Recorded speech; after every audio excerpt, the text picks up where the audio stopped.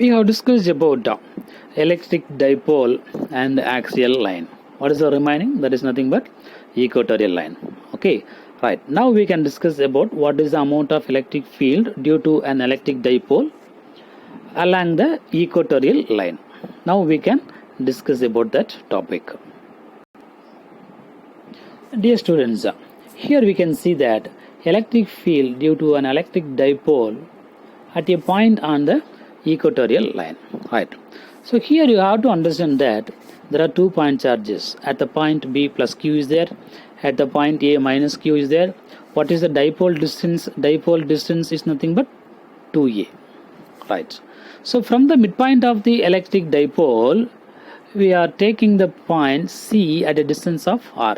In that case also we have taken the point R. Now due to the positive charge, if we are considering the point C here in this point, what is the direction of electric field due to the positive charge? It is always acts outwards.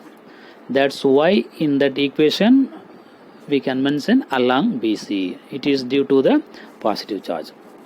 What about the negative charge? It will directed towards the point charge, so that we can write it is acts along CA. Okay, right. Now in this case we are going to discuss about what is the electric field due to the dipole at a point along the equatorial. So from the diagram I wrote here what is AB.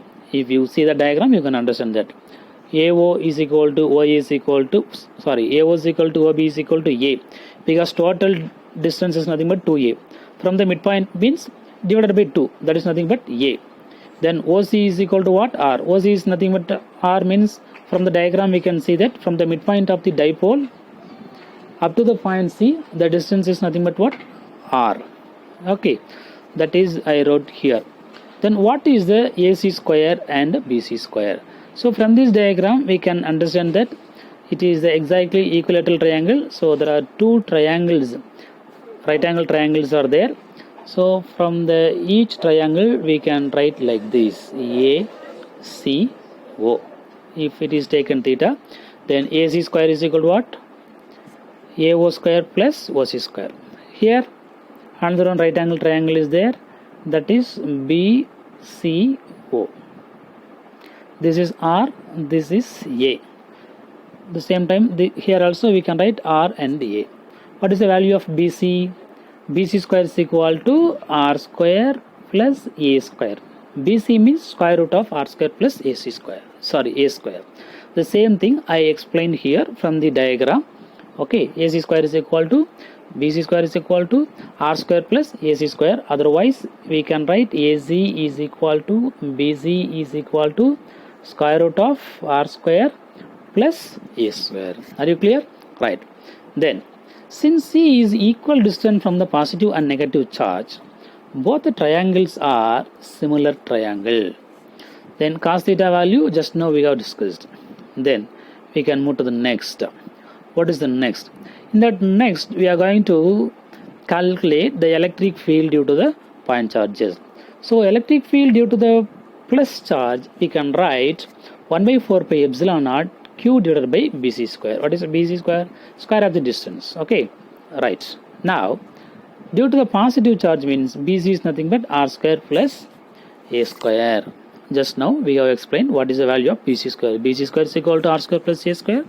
At the same time AC square is also R square plus A square. Okay, so that we can write E plus is equal to K into Q divided by R square plus A square into P cap. It is acting along the BC. Here I have used the symbol K instead of 1 by 4 pi epsilon naught. Right. Similarly, due to the negative charge, what is the electric field? That is given by K into Q divided by AC square. We can write K into Q divided by R square plus A square into P cap. The direction is acting along CA. In the beginning of this question, I will explain clearly what is the direction of electric field due to the positive charge and how the direction of electric field due to the negative charge will be acting along CA. Okay, right.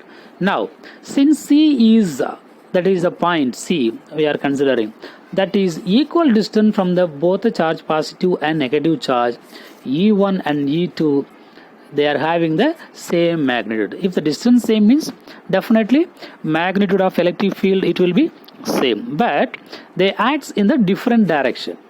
That is important thing, because due to the positive charge it is acting along BC like this. Due to the negative charge it is acting along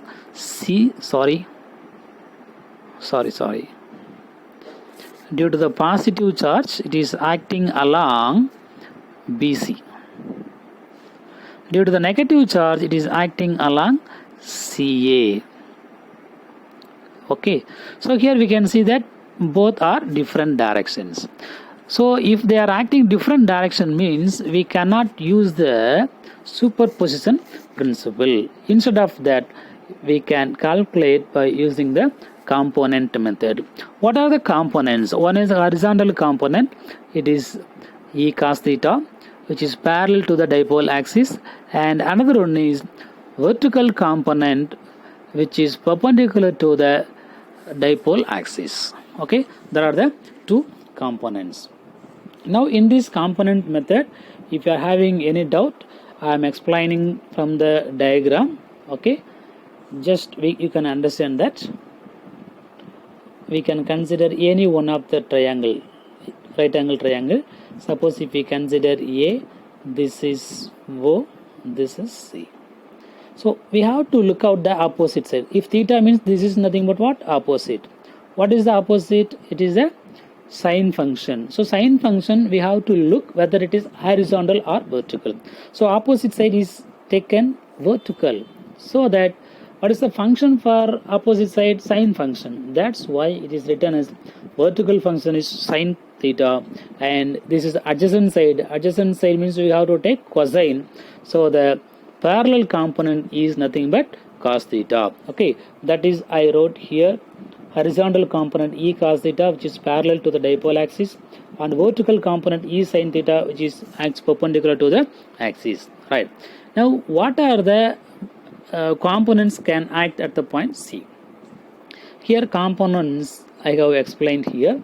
So vertical component, there are two components. One is E plus cos theta. If we consider plus Q here, it is always away from the point charge. Okay, that's why E positive it is upwards, and E minus, because due to the negative charge it is acting towards. So they are equal in magnitude, opposite in direction. So they will get cancel each other. It is given here. They are equal in magnitude, opposite in direction, so they get cancelled each other. Then what will be the remaining? So remaining is nothing but only the horizontal component is there. So magnitude of total electric field at the point C will be the sum of the horizontal component. What is the horizontal component? One is E plus cos theta, and one is E minus cos theta. So total electric field it will be given by resultant electric field E vector is equal to E plus and E minus. Okay, but the direction of dipole moment is always acting from minus Q to plus Q. Okay, right. Here we can write total electric field, it is given by minus of, that is nothing but direction of dipole moment. So E plus cos theta and E minus cos theta both should be added, because already we have seen that only the horizontal component will be added up. Okay, so here we can substitute the value of E plus and E minus. Both are having same magnitude. Okay, so what are the common components? It can be taken out. So what are the common components? K will be common, so it is taken out. Remaining Q cos theta will be there. P cap is common, so it is taken out. So Q cos theta. So 2Q cos theta divided by R square plus A square, it is common for both. Okay, these three things are common. Then we can calculate the value of cos theta. Already we have found cos theta is equal to A divided by square root of R square plus A square. It is substituted here. Then square root of R square plus A square can also be written as whole power 1 by 2. Here what is the power? R square plus A square whole power 1. Here 1 by 2. So what is the total value? Base is common, so power can be added up. So 1 plus 1 by 2 is equal to 3 by 2. Okay, so here we can write minus k 2qa divided by r square plus a square whole power 3 by 2 into p cap. Here also there are two quantities are there, r and a. On comparing these two values, a is always lesser than that of r, so that higher powers of a can be neglected. If it is neglected means what will be there? R square whole power 3 by 2. Here 2 will be cancelled. Then what will be remaining? R cube will be there. It is written here. Okay, right. So by substituting that value instead of r square plus a square whole power 3 by 2 r cube, we can get this value. This is known as the resultant electric field at a point due to an electric dipole on its equatorial line. Otherwise, instead of k, we can substitute 1 by 4 pi epsilon naught. Okay, this is the resultant electric field produced by the electric dipole at a point on equatorial line. Okay, right. Now, what are the important inferences or results we have to know from these? So here, for larger distance, the magnitude of E at a point on dipole axis, simply you have to understand for axial line. For axial line, the electric field is twice of the magnitude of equatorial line. How can we understand this concept? In the textbook they have given directly this sentence only, but I explained here to understand clearly. From the axial line, the electric field is given by k into 2p vector divided by r cube, and for equatorial line minus k into p vector divided by r cube. Now we are going to compare these two equations. Okay, so what is the axial? K into 2p. So 2p is divided into two parts, k into p divided by r cube into 2. Why? Because k into p vector by r cube is equal to what? Equatorial line. So we can write E axial is equal to 2 times of the equatorial. It is given in the next step. Here I gave it down. E axial is equal to twice of the equatorial line. Otherwise, electric field due to the equatorial line is equal to half of the electric field of the axial line. These are the important twisted questions we can expect. The next one is E acts along P for axial. What is the meaning of that? Both the electric field and dipole moment, they are acting along the same direction, and for equatorial line, E electric field and dipole moment, they are opposite direction.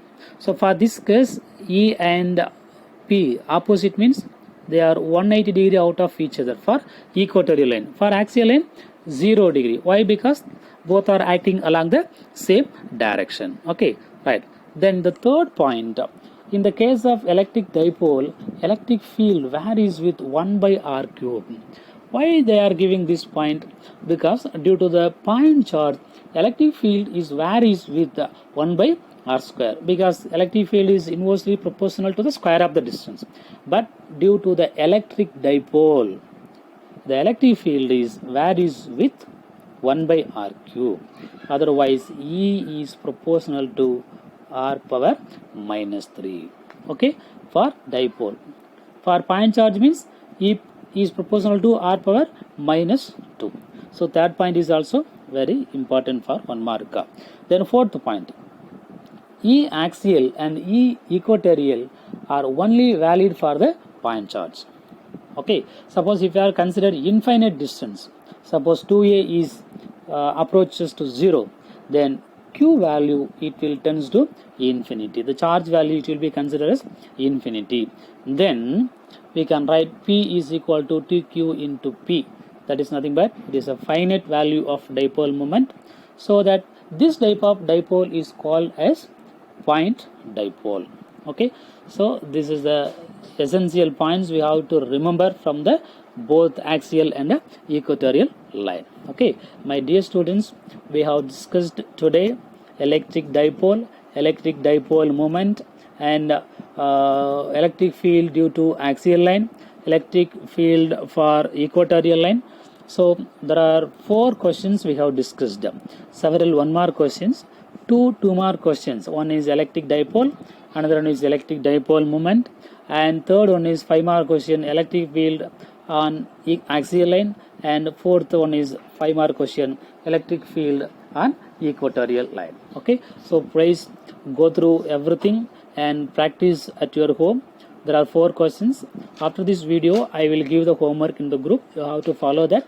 The homework which you are going to do, it should be posted in my personal number, because some of the students you are following others answer. That's why I restricted to post in the group. Okay, are you clear? My dear students, again and again I am telling, I won't teach the same topic in the classroom again. If once it is posted in the online, the class, it will be over. Okay, nearly 25 pages we have covered. Some more 30 pages are there. It will be covered soon. So don't miss the video. Don't forget to take the notes, and you have to follow all the homework. Okay, thanks for watching. God bless you.